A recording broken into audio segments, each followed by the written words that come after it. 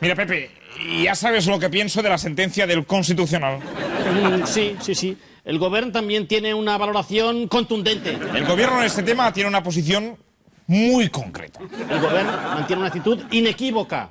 Evidente. Entonces estamos de acuerdo, ¿no? Pues... no sé. Porque no te he entendido mucho. Pues yo a ti tampoco.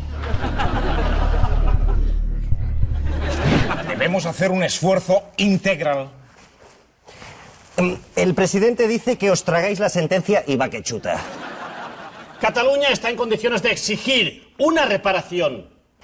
El presidente dice que los catalanes se han cabreado un montón y que ya sabe que son muy suyos. Yo he valorado esta situación en su justa medida. Dice, uy, qué miedo me dais, pero si al final el PSC no hace nada, ¿dónde está el Frente Común en el Congreso? Podría darse una situación de riesgo. Dice, joder, Zapatero, que nos vamos a pegar una hostia a las elecciones. No, lo tengo pero que muy en cuenta. Dice que gane Artur Mas ya le parece bien. Aprecio este análisis en lo que vale.